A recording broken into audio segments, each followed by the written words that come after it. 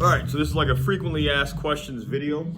If you've already received your program or you're already checking out your program, of some of the terminology that may not be familiar to someone that's new to the program or may not have had these terms, stuff like that. I think some of the most common questions are, what is an eccentric? An eccentric, basically, if I'm at the top of my squat, so if I'm standing, I'm lowering myself under a tempo. So say if it's a 5-second eccentric or a 3-second eccentric, think of it as going down an elevator, you're just lowering yourself under control, and it can be abbreviated as ECC. So say if it says 5-second ECC, it's 5-second eccentric.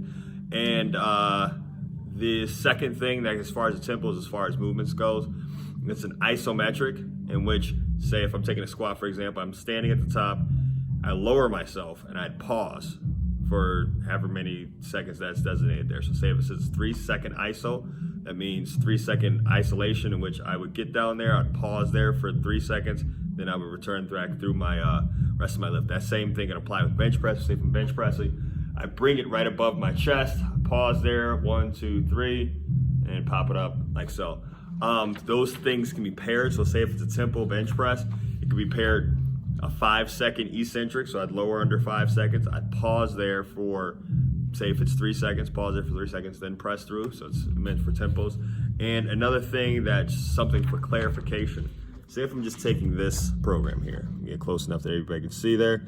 So say if it says 1A, what's the corresponding lift to do with 1A would be then 1B. So 1A and 1B are then paired. And you go 2A, 2B, and you pair like that.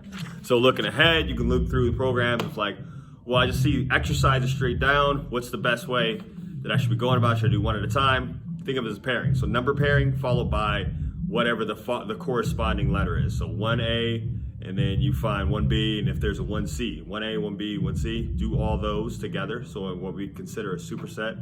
1, rest 45 to 90 seconds. Do the next exercise. We'll say that would be the 1B exercise, and then transition to the 1C exercise. Generally, those are non-conflicting exercises, so more likely than not, those are exercises that don't work the exact same muscle group, or is meant to be in contrast with the same muscle group.